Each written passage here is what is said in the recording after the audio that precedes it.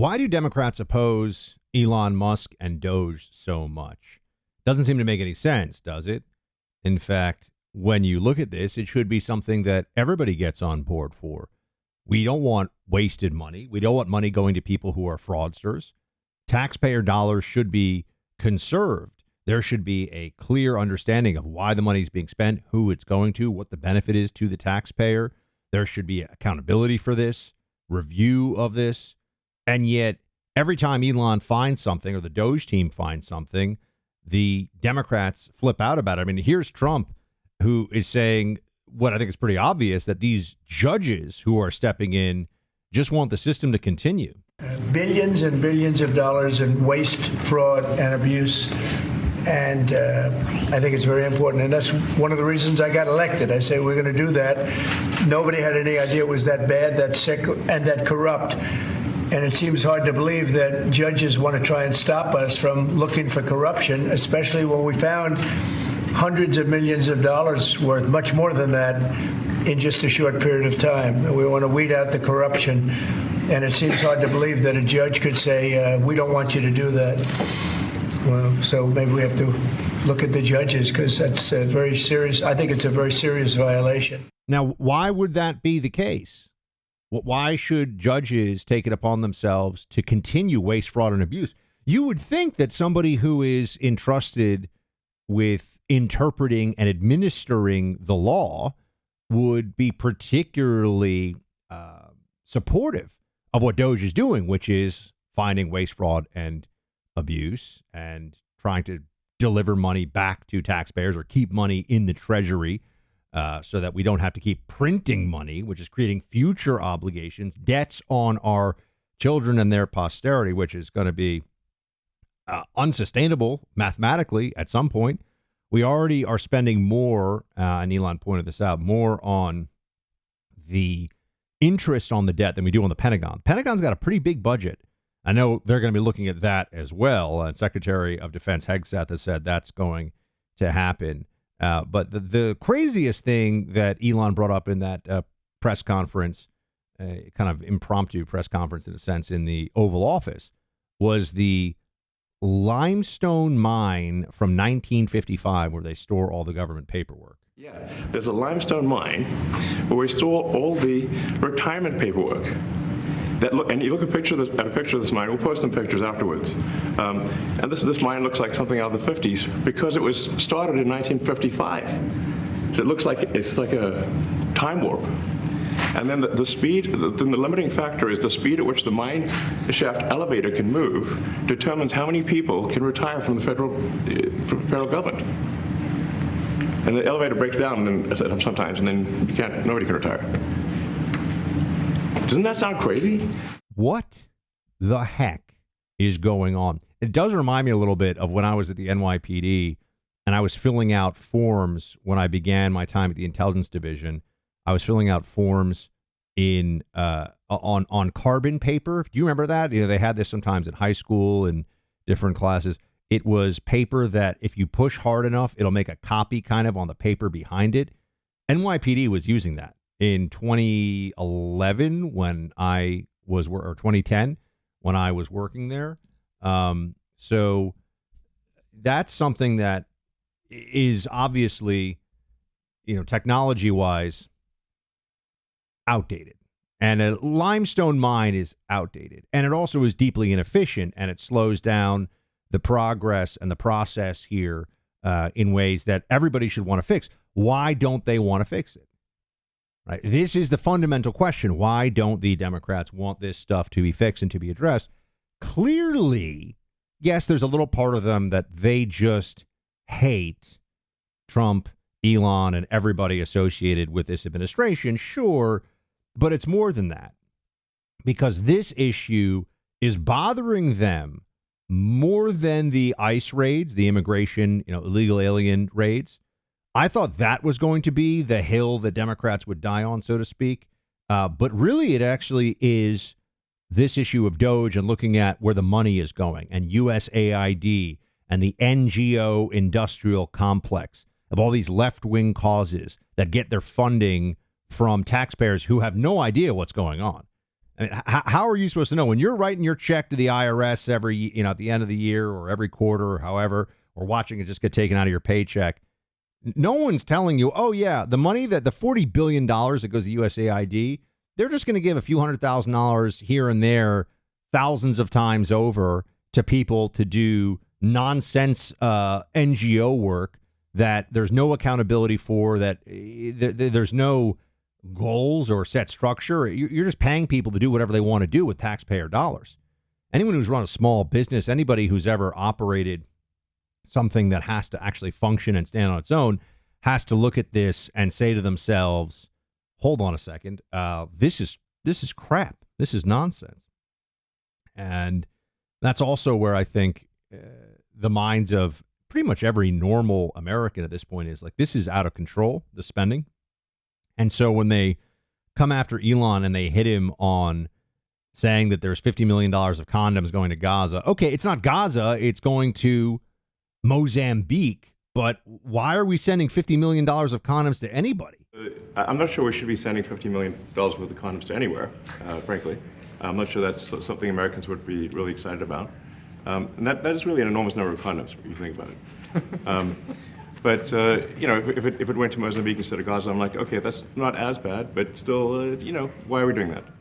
Right? Why does that make any sense? Think that one through for a second. Other countries can't figure out ways to disrupt. And how effective are those programs? Would they really have no condoms if we weren't giving them condoms? This is why don't we just provide like all the sandwiches for the nation of, Peru or something? Actually, I have great food in Peru, but you know what I mean? Why would we just pay for other people's stuff and a whole range of things? So there's clearly a disconnect here.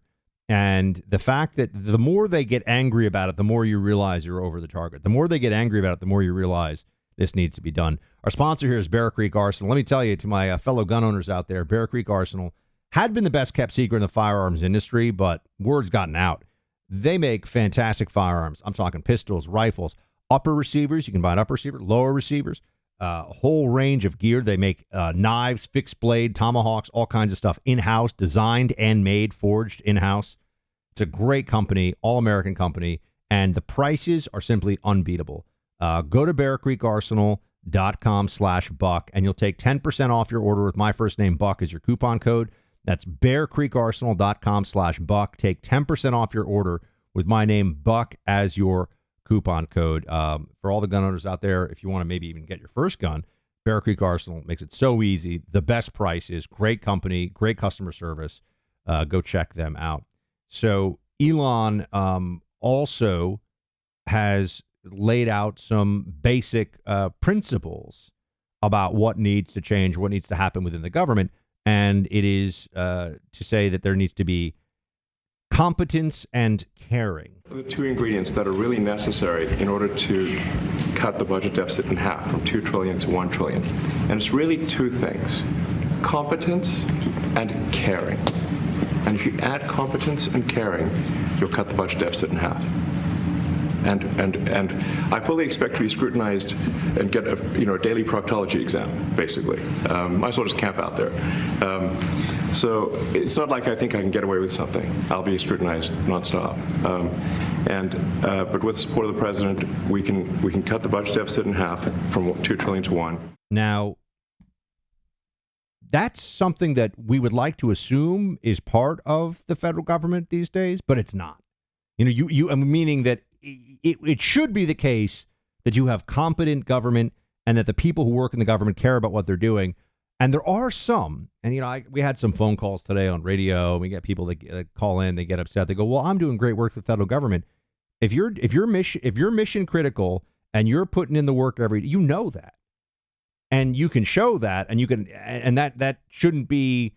In fact, a lot of those people that I know want the dead weight gone because they realize that they're a resource drain. They slow the mission down. They make the culture more dysfunctional. So the high performers, they're high performers. Yes, we need people in the Treasury Department. Yes, we need to have a State Department. We need to have diplomatic relations with foreign countries. These are things that must exist. We do need these things. But we don't need all of the bloat, the graft, and the nonsense that comes along with it. And I think more to the point, we really can't afford it.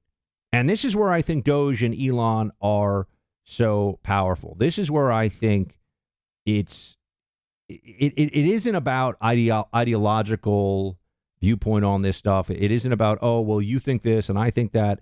The math is very clear. We will go bankrupt as a nation unless we deal with this. Got to fix. And we've also got to address the deficit. So we've got a $2 trillion deficit. And if we don't do something about this deficit, the country's going bankrupt. I mean, it's really astounding that the interest payments alone on the national debt exceed the Defense Department budget, which is shocking because we spend a lot of money on defense. But and if that just keeps going, we're essentially going to bankrupt the country.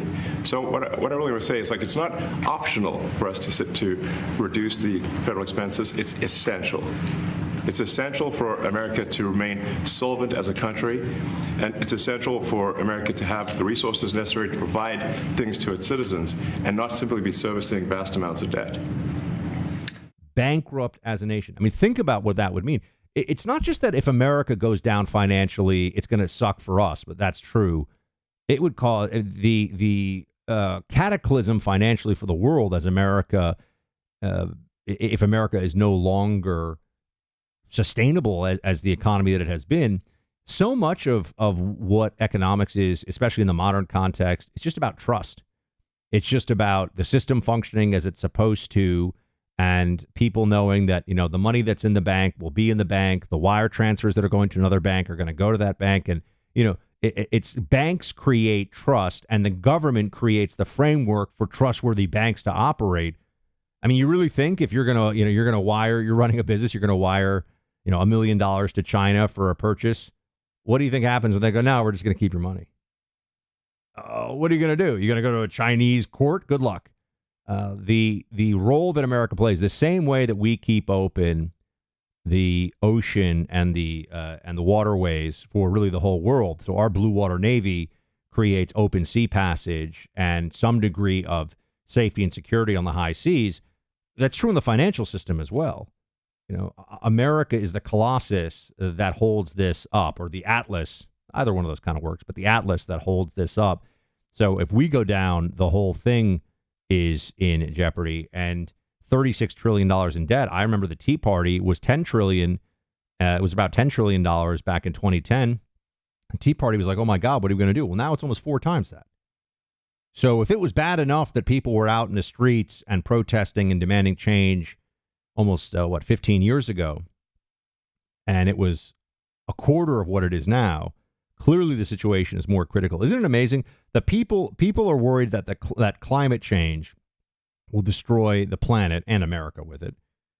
They're worried about climate change, in which they have to keep fudging the numbers all the time because it doesn't add up and it doesn't make sense. But they're not worried about the debt and, of course, paying for a lot of climate change garbage and green energy stuff, even though the math on this is irrefutable. Nobody can argue with the math. And that's where I think Elon comes down, and that's what I think is so powerful here. So I'm hoping Doge works, because Elon thinks he's going to save the world by getting us to Mars. I think he's going to save the world by helping to tackle the Leviathan in D.C. and all of the spending and the money printing. So he thinks he's going to save the world by getting us to Mars. I think he's going to save the world by saving America. With, of course, Donald Trump giving him the power to do this and the mission support to get this done. So absolutely critical what they're doing. The preborn network of clinics has an amazing milestone. In 20 years of existence, this nonprofit has saved the lives of more than 300,000 unborn children. On average, that means 200 babies each day are brought into this world and saved from the tragedy of abortion. Preborn operates clinics nationwide to welcome pregnant moms who are considering what to do because they're in a crisis pregnancy. It wasn't planned. They're getting a lot of pressure. It says, come into a preborn clinic for free. They'll give you an ultrasound, and they will talk to you and give you support and advice. And so often, this is the beginning of the mom realizing, I have a little boy or a little girl in my belly, and that ultrasound has created this connection. I know, I can see, I can feel that this is a life, and then they give life to that baby. For just $28, you can help save the life of an unborn child. 100% of your donation goes to saving lives. To donate, dial pound 250, say the keyword baby. That's pound 250, say the word baby, or go to preborn.com/buck, preborn.com/BUCK. Sponsored by Preborn. That's it for today, team. Talk to you tomorrow. Shields high.